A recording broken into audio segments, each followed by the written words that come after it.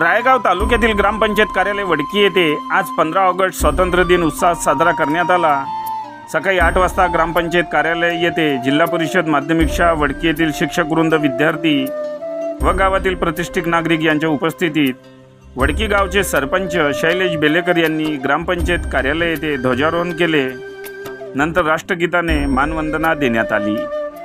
या कार्यक्रमाला मंडळ अधिकारी चिडे, ग्रामपंचायत सदस्य बापूरावजी फुटाणे, सागर इंगोले, शरद सराटे, सचिन किन्नाके, माजी उपसरपंच प्रशांत पिपराडे, रमेश फुटाणे, अंकुश देठे, ग्रामपंचायत कर्मचारी श्याम देठे, अविनाश फुटाणे, बशीर शेख यासह गावातील महिला, प्रतिष्ठित नागरिक तसेच वडकी आरोग्य उपकेंद्राचे सर्व कर्मचारी उपस्थित होते।